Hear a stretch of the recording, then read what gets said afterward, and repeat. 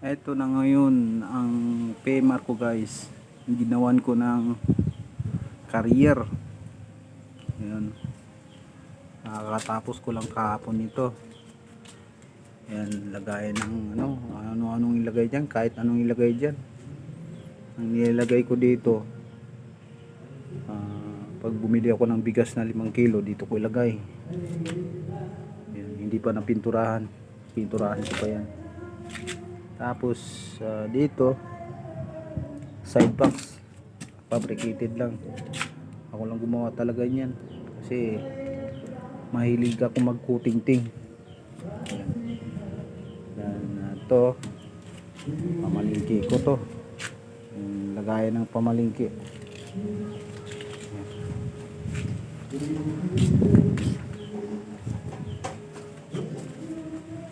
Purpose talaga niyan pang akyatan ng bundok, mamili ng ano-anong bibili, mga gulay-gulay, mga kamuti, saging, doon akyat, kasya-kasya yan dyan.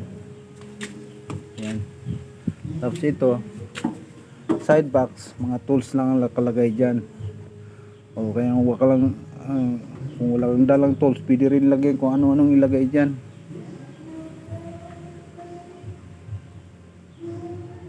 Ito hindi pa rin napinturahan to, pipinturahan ko pa itong ano na to. Malapit nang uwi ito sa probinsya namin sa Mindanao.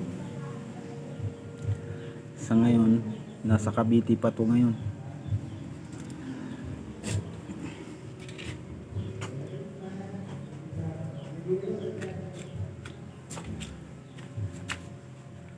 Yan.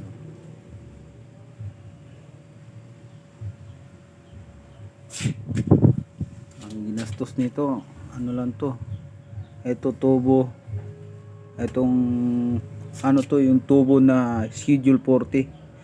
Yung ginagamit sa mga mga pang ng tubig. Ito yun, galvanized.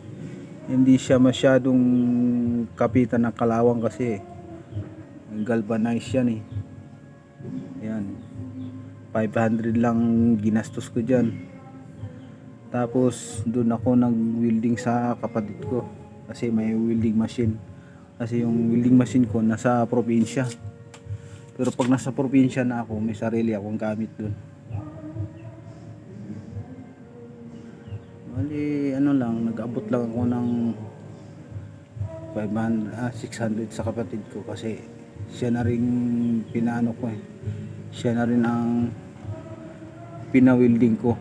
Pero marunong din akong welding.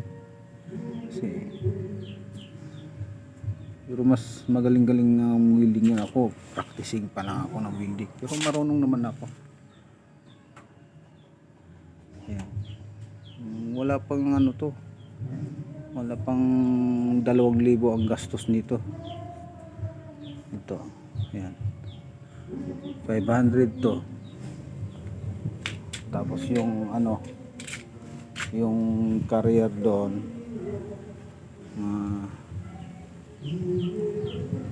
300 yata.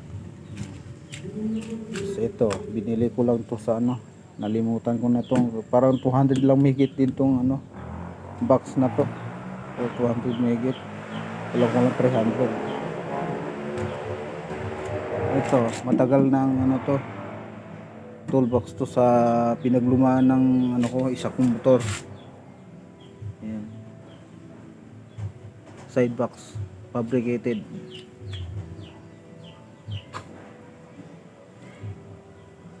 Guys, pag wala talagang budget, gagawa talang paraan para magawa yung gusto.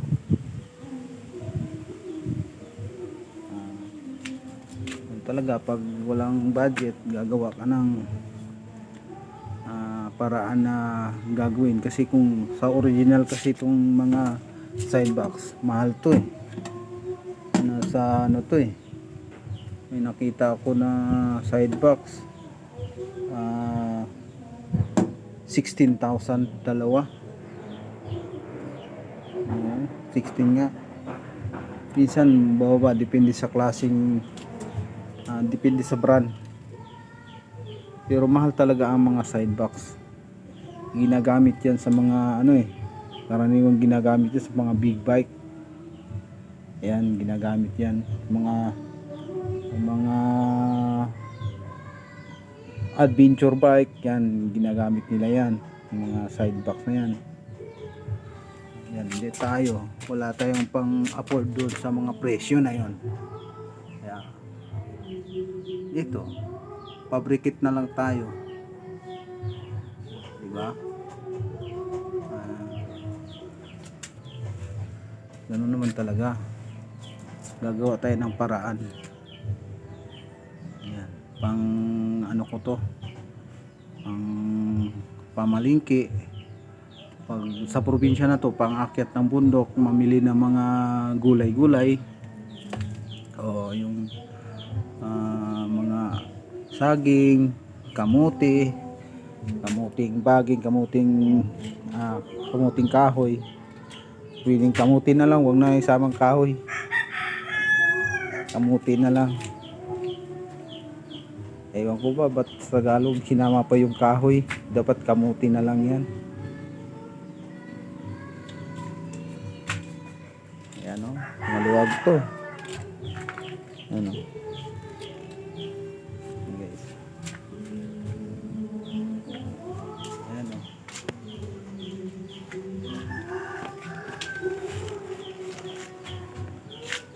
Yan dito, ang ginawa ko dyan, pag ganyan muna ako mag-assemble muna ako nito. Ayan, ito yung ganyan, niswala ko pa yan. Tapos nung nabuo na, kinalsuhan ko dito ng plywood para parehas ang ano. Dito kalso din dito plywood, yung plywood na makapal. Uno, saka ako sinukatan dito. Ito yung washer to dito. Wala pa nga lang pintura, hindi pa na grinder, grinder ko pa yan. Tapos pinturahan ko ng ano, yung matibay na pintura, yung synchromate yellow ang ano ko dyan. Roller ang gamitin ko dyan kasi wala tayong pang spray. BB roller lang yan. Tapos yung pagkulay na black ang kulay natin dito, black spray na pag kulay na. At least yung hindi naman masyadong pangit yung pag naka roller yan, hindi okay lang naman yan. Yan, tapos i-spray na yung last coat. Yan, ito kasama to, ipipinturahan ko rin to. Kasama na to, pipinturahan ko rin to. Ito lang hindi kasi plastic yan. Hanggang dito na lang ang video ko guys. Baka gusto nyo ano, pwede nyo ipapagawa yan. Siguro pag ipapagawa nyo yan sa mga shop, yan gagastusin nyo dito, hindi lang mga 2,000 siguro. So mas maganda kung marunong kayong gumawa nito. Ito na ano, bigyan ko kayo idea, ganyan lang kwadrado lang yan, nakaganyan. Ito, yan, nakatupi dito. Yan.